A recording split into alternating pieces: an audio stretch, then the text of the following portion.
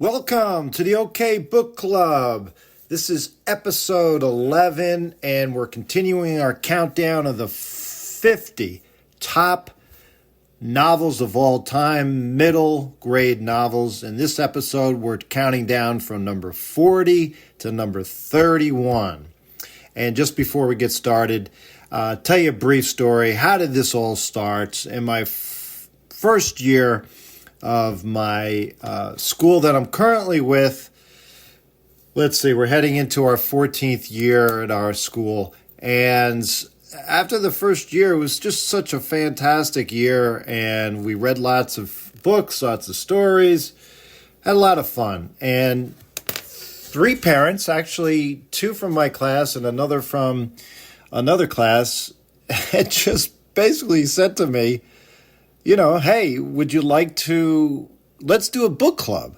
And the thought initially was just a few of their children. And yeah, the first summer was a smaller group, but I asked and got the word out to a lot of other families, and organically it just grew from summer to summer. We've had lots of fun through the years, lots of laughs, lots of great conversations. And there's one thing that goes together great with summers, and it's books. So, to get to the countdown, number 40 is The BFG by Roald Dahl. This was a book published in 1982. We read it during our book club in 2016. And the BFG stands for the Big Friendly Giant. By the way, all these books are rated 3.75, not quite a 4. But my memories of this book, it was just a fun, laugh out loud book. So often, the writing and the language is an acquired taste. Frankly, that's why you would not want to read it. You really have to enjoy this author, but he is such a popular author. The reason that you would read it is that the kids just love all his books, from Matilda to Charlie and the Chocolate Factory to James and the Giant's Peach. I mean, just classics. So there had to have been, this author, one of these books in our top 50. And it's just everything kids love. And what is the story about? Well, one day, as often with kids' stories, a girl is in an orphanage and a giant takes her away. And off we go.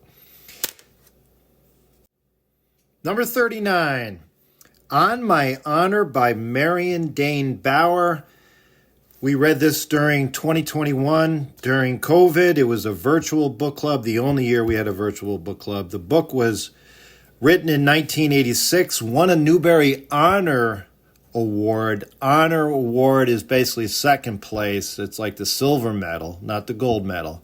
And each year pretty sure they give it up to sometimes just one award winner, but it could be up to 3, possibly even 4, depending upon the year, if I'm not mistaken.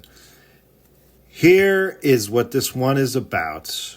And I'm not giving any spoilers, but this is close to a spoiler that I can give.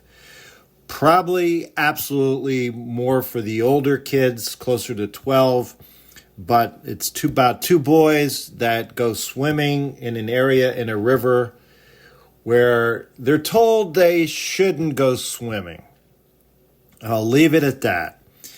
Why would you want to read it? Number 1, it's short. Number 2, it's well written. And number 3, it's so memorable you can't get it out of your head. Why would you not want to read it? Frankly, again, if you don't want to read stories that can be sad, I'm not going to give it away, but I think you're reading between the lines here. But certainly going back to why you would want to read it, as you become a teenager, as you start growing up, unfortunately, kids many times don't think before they act, and there's consequences that can be lifetime consequences. It's just a great book to learn one of those very important life lessons. You have your whole life ahead of you. So let's just be smart in everything we do. Cherish life. Number 38, Bob by Wendy Mass and Rebecca Steed. This book came out in 2018. We read it in our class, not during our book club, in 2022. What is it about? It's about this young girl, Livy, who ends up going out to see her grandmother, and she befriends a little alien. And why would you want to read this? If you're a fan of mysteries, if you're a fan of books not making sense and you're just constantly thinking throughout, this is a book you will want to read. Why would you not want to read it? For the same reasons it's great. If you're not a fan of books that just really confuse you, where there's lots of clues, where you're constantly not knowing what's going on, I mean, my memory is that it had so much potential and really was engaging throughout, but it just left me flat at the ends. Now, that's my opinion. You could feel otherwise. I've had lots of people in my life that have really enjoyed this book. So that is Bob. And by the way, just to rewind, forgot to mention the genre of each of these books, but I'm sure you were able to figure it out. The BFG is fantasy. On My Honor is realistic fiction and action adventure. And Bob is a combination of fantasy and realistic fiction. Number 37, The Girl with 500 Middle Names by Margaret Peterson Haddix. Written in 2001. We read it during our book club in 2016. This book is realistic fiction, and what is it about? It's about a girl in third grade who moves to a wealthy suburb, and her mother's business is failing, and she looks to help her family. Why would you read this? My memories are really good with this book. It's a short book. There's no wasted words in this book. And it just really, if you love realistic fiction and you want books that you can relate to and learn life lessons, this is the book for you. Why don't you want to read it? Obviously, no action adventure. It's just about love and family overcoming odds, but it's just a good feeling book. But if that's not your cup of tea, even though it's short, it may not be for you.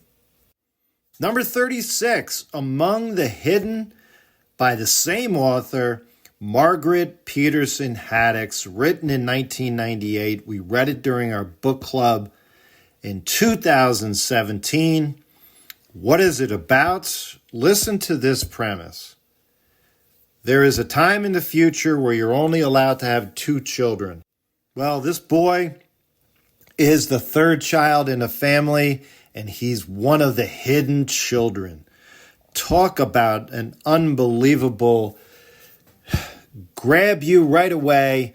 This book, why would you want to read it? If you're a fan of mystery, action and adventure, even science fiction, you can't resist this book in terms of a page turner. Why would you not want to read it?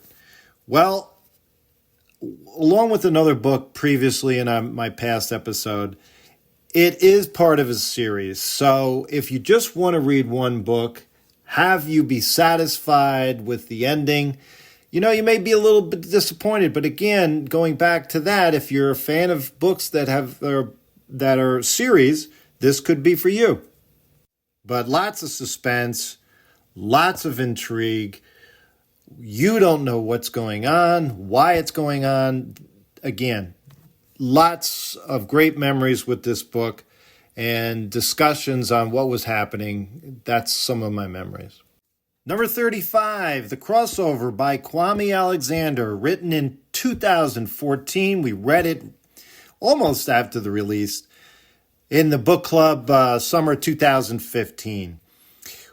This book, what is it about? If you're looking for realistic fiction, this is about as great a realistic fiction book you can get.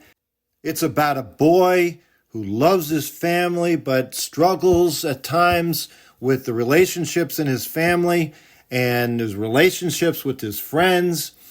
More so for older children in your life, closer to 12, 13, no doubts, because, oh my goodness, yes, there's dating that happens here, but it is appropriate for kids. It's a book written in verse. This author became very famous with this initial book that he wrote, went on to write many other bestsellers. Just a very, very good, memorable book, but definitely takes some getting used to with reading it in verse, which is, again, as if it's poetry, but it really is a narrative. Number 34, The Magician's Elephant by Kate DiCamillo. Written in 2009. We read it in our book club the summer of 2023. What is it about? It's about a boy named Peter. And yes, of course, he's an orphan. But listen to this. Talk about a great premise. A fortune teller one day tells Peter that an elephant will lead him to his lost sister, Adele. Why would you want to read it? If you're a fan of Kate DiCamillo, this is a must on your list. Just a feel-good. You want to know what's going to happen. Lots of mystery. Lots of just rooting for Peter. Will he be able to find his lost sister? Why would you not want to read it? For the same reasons. If you're tired of wonderful feel-good stories for kids, magical fantasy stories. I've read them before. I know what's going to happen, but trust me, there's just so much here that's satisfying. There's also a movie out there on Netflix, which we saw during our book club. And many of our book clubs through the years, I've always tried to find a book that comes with a movie because there's nothing better than that combination. And being at a book club, getting some popcorn, watching a movie we just read a book about, there's nothing better. The movie was average. Didn't follow the book exactly. I was a little disappointed. But again, kids loved it. So that's number 34. Number 33, talk about another book that has a movie with it, although it's not a very celebrated movie. Number 33 is The Phantom Tollbooth by Norton Juster. Talk about a classic book that's up there with every best children's books of all time, with all the critics. It's up there. 1961. It's a fantasy. It's a little action adventure. And we actually did not read this during our book club, but I read it in class in 2012, 2013, and 2014. What is it about? Well, let's just say that a boy is not happy, he's bored in life, and a toll booth, yes, a toll booth, which is what some of you younger children may not know what toll booths are because you just go through Easy Pass, but a toll booth is what cars go through where you pay money to get onto a highway. Well, this toll booth shows up into this boy's living room, and he gets in a car, and then all of a sudden, he's off to this fantasy land, and his life is changed forever. Definitely, why would you want to read it? Certainly great life lessons here. If you love fantasy and you love action and adventure, there's so much happening. Talk about a book where you can get smarter just having read it or listened to it. There's so many double meanings. That's my big memory of this book. I recommended it for parents to read aloud to their kids just so they could get smarter. The vocabulary in here is through the roof. Why would you not want to read it? Well, it goes on and on from you know, adventure to adventure. And, you know, it's definitely longer, definitely a longer book. And if you're on the younger side, it's going to be very difficult to read by yourself. But no doubts, it's been a favorite of many kids and many adults, but more of a book for younger kids, for their parents to read aloud to them. Number 32, Jeremy Fink and the Meaning of Life by Wendy Mass, written in 2006. And yes, there's a movie out there, again, not critically acclaimed, but it's out there. We read it during our book club in 2014. What is it about?